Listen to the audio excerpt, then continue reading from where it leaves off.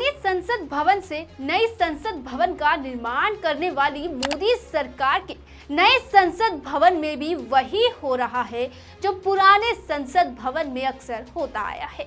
ये तो आपने भी देख ही लिया होगा। बेशक संसद तो नई बन गई हो, लेकिन सरकार की विचारधारा वही की वही है। अब नई संसद भवन पर कांग्रेस नेता जयराम रमेश का बड़ा बयान सामने आया है। बताएंगे पूरी खबर, लेकिन उससे पहले नमस्कार, मैं साक्षी और आप देख रहे हैं देश नीति। देश नीति, केवल सच्ची और पक्की खबरें। देश में 2024 के लोकसभा चुनाव से पहले ही पूरे देश में सियासी पारा गर्म होता जा रहा है।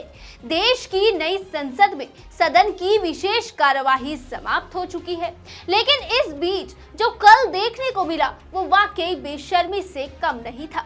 जिस तरह से बीजेपी सांसद ने बीएसपी सांसद के लिए अपशब्दों का इस्तेमाल किया। देश की नई संसद का निर्माण हुआ तो देश की मोदी सरकार और उन्हीं की पार्टी के नेताओं ने खूब तारीफों के पुल बांधे, लेकिन आज संसद में एक दूसरे से संवाद की जगह नहीं बची। अब नई संसद की कई खामियों का दावा करते हुए कांग्रेस नेता जयराम रमेश ने बड़ा बयान भी दिया है। पार्टी महासचिव जयराम रमेश ने कहा, पुरानी संसद के मुकाबले नई संसद में ना तो सदस्यों के बीच बातचीत और मेल जोल की जगह है, ना ही कर्मचारियों को काम करने में सुविधाएं हो रही है। उन्होंने देखिए ये साफ कर दिया है कि 2024 में सत्ता परिवर्तन के बाद नए संसद भवन के बेहतर इस्तेमाल का रास्ता ढूंढ लिया जाएगा। अपने सोशल मीडिया पोस्ट में देखिए उन्होंने लिखा, नई संसद भवन का उद्घाटन जिस तरह से बड़े प्रचार प्रसार के साथ किया गया था वो पीएम मोदी के उद्देश्य को साकार करने वाला है।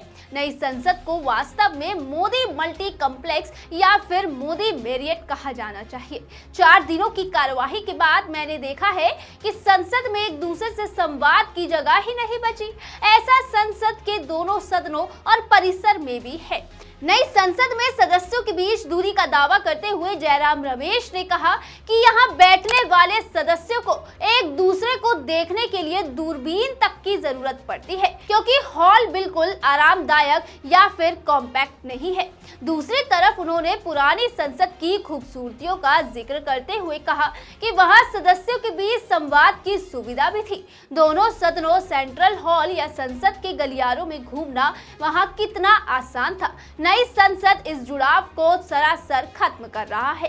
कुल मिलाकर उनके देखिए कहने का मतलब है कि नई संसद का उद्घाटन जिस तरह से बड़े प्रचार प्रसार के साथ किया गया, उस तरह से पुराने संसद की तुलना में नई संसद में सुविधाएं ही नहीं है। यानी कि नई संसद में बीजेपी पार्टी के नेता जो मन में आए वो कर रहे हैं। ऐसा लगता है कि उन्हें कहने या सुनने वाला कोई है ही नहीं।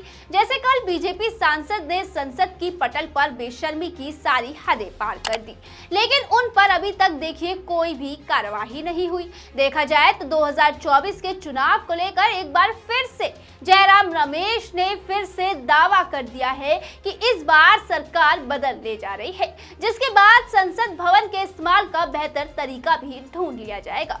वैसे आपकी इस पर क्या राय है, कमेंट कर हमें जरूर बताइएगा। और ऐसी ही तमाम खबरों के लिए सब्सक्राइब करें हमारे चैनल देश नीति को। तब तक के लिए धन्यवाद। मिलते हैं आपसे अगली वीडियो के साथ।